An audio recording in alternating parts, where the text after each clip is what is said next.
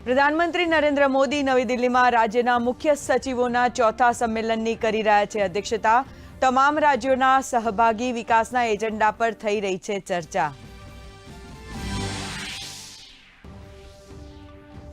કેન્દ્રીય ગૃહમંત્રી અમિત શાહ છત્તીસગઢના ત્રિદિવસીય પ્રવાસે રાજ્ય પોલીસને આપશે રાષ્ટ્રપતિ પોલીસ કલર્સ એવોર્ડ।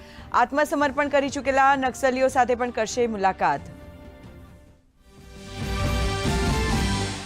મહારાષ્ટ્રમાં આજે સાંજે થશે દેવેન્દ્ર ફડણવીસના કેબિનેટનું વિસ્તરણ। સાંજે 4 વાગે યોજાશે શપથ ગ્રહણ સમારોહ।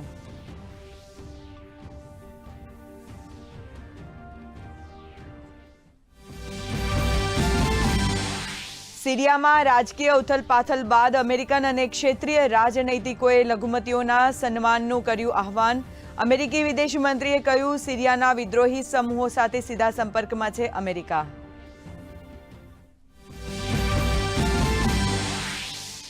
શ્રીલંકન રાષ્ટ્રપતિ અનુરાકુમારા દિશાનાયકે આજથી શરૂ થશે ભારત પ્રવાસ। 3 દિવસીય પ્રવાસને લઈને આજે પહોંચશે નવી દિલ્હી।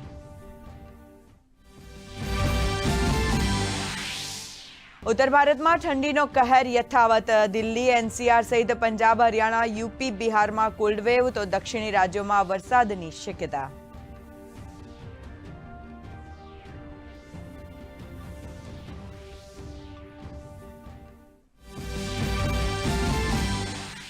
રાજ્યમાં કાતિલ ઠંડીનું મોજું। રાજકોટ, અમરેલી, વડોદરામાં 10 ડિગ્રી તો અમદાવાદમાં 13.5 ડિગ્રી તાપમાન। રાજ્યના ડીસામાં 8.9 અને નલિયામાં 6.2 સાથે સૌથી વધુ ઠંડી।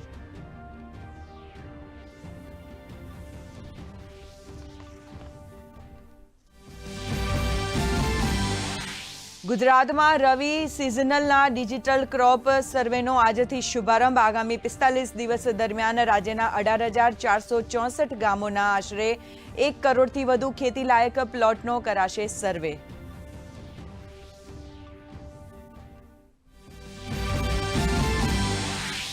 અને મહિલા જુનિયર એશિયા કપ હોકી સ્પર્ધામાં ભારત ફાઇનલમાં। આજે ચીન સામે થશે ભારતની ટક્કર। વિજેતા બનવાની આશાએ મેદાનમાં ઉતરશે ટીમ ઇન્ડિયા।